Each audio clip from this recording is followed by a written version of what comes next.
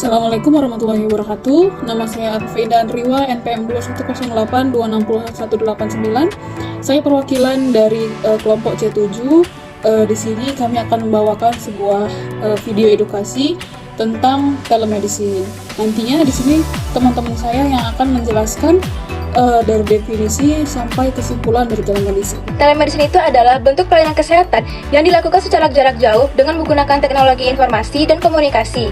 Telemedicine ini mencakup diagnosis, pengobatan, konsultasi, edukasi kesehatan, serta pemantauan kondisi pasien tanpa memerlukan pertemuan langsung antara pasien dan tenaga medis.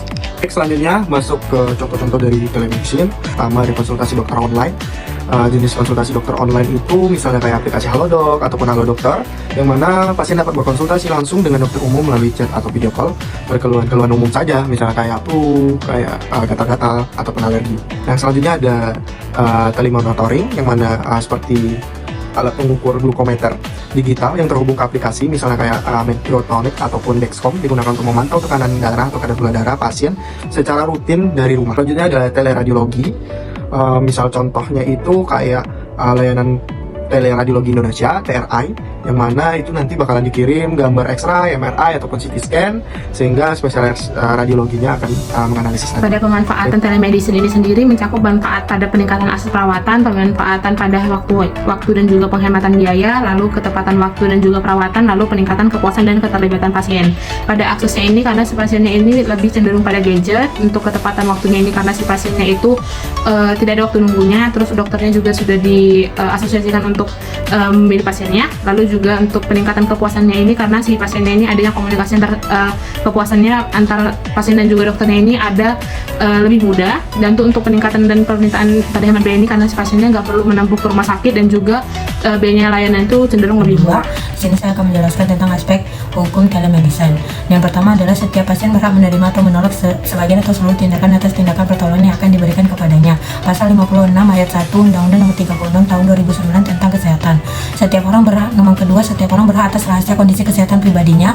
Pasal 57 ayat 1 Nomor Undang-Undang Nomor 36 Tahun 2009 tentang kesehatan.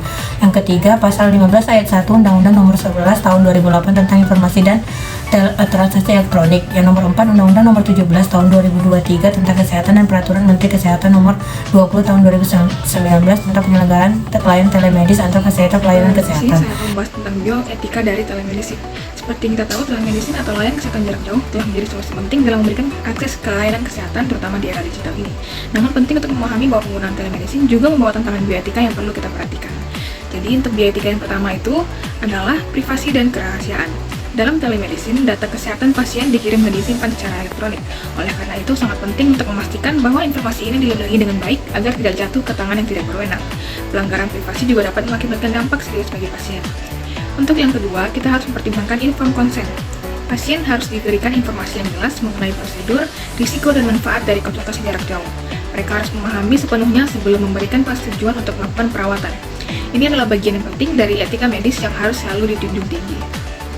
Untuk yang selanjutnya, aspek lain yang harus diperhatikan adalah aksesibilitas. Meskipun telemedicine menawarkan kemudahan, tidak semua individu memiliki akses yang sama terhadap teknologi yang digunakan atau diperlukan. Oleh karena itu, kita harus berupaya untuk memastikan bahwa layanan ini dapat diakses oleh semua lapisan masyarakat, termasuk mereka yang tinggal di daerah terpencil ataupun kurang beruntung. Selain manfaat yang didapatkan dari penggunaan telemedicine, tentu ada kekurangannya. Pertama, pemeriksaan fisik tidak mungkin dilakukan, sehingga dapat menyebabkan efektivitas dari diagnosis menjadi berkurang karena beberapa penyakit membutuhkan pemeriksaan fisik. Yang kedua, kualitas pelayanan dan hubungan dokter-pasien terganggu, menciptakan hubungan interpersonal yang baik, pertukaran informasi, dan pengambilan keputusan medis yang berdasarkan pada kepercayaan dan komunikasi. Yang ketiga, akses dan literasi digital terbatas, kesenjangan dan keterbatasan teknologi. Misalnya, karena terkendala jaringan internet atau tidak memiliki alat komunikasi. Bisa akan menjelaskan untuk perkembangan dari telemedicine.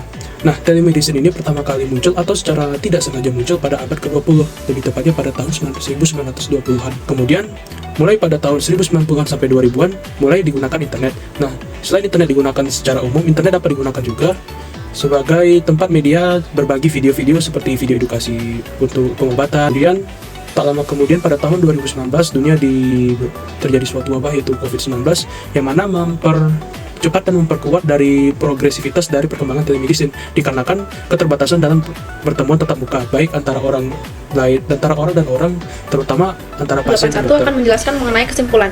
Jadi, telemedicine ini merupakan inovasi di bidang pelayanan kesehatan yang memungkinkan interaksi antara pasien dan tenaga medis secara jarak jauh menggunakan teknologi informasi dan komunikasi. Nah, layanan ini mencakup berbagai bentuk seperti konsultasi dokter online, telemonitoring, teleradiologi, hingga telepsikiatri. Namun, telemedicine ini juga memiliki beberapa keterbatasan, seperti tidak adanya pemeriksaan langsung, keterbatasan kualitas komunikasi antara dokter dan pasien, serta kesenjangan akses teknologi di masyarakat. Nah, meski begitu, manfaat telemedicine tetap signifikan, terutama dalam situasi darurat seperti pandemi COVID-19, di mana layanan kesehatan jarak jauh menjadi alternatif utama. Dari aspek hukum dan bioetika, telemedicine menuntut perlindungan privasi pasien, pemberian informed consent, dan jaminan kualitas layanan agar tetap sesuai standar medis. Dengan pengembangan teknologi seperti kecerdasan buatan dan perangkat wearable, telemedicine diharapkan terus beradaptasi untuk memenuhi kebutuhan kesehatan masyarakat secara lebih luas dan merata. Sekian dari video kelompok kami. Mohon maaf jika masih banyak kekurangan informasi dari video ini. Video edukasi ini bertujuan untuk memberikan wawasan lebih luas lagi terhadap orang yang masih belum tahu terhadap telemedicine. Sekian dari saya. Assalamualaikum warahmatullahi wabarakatuh.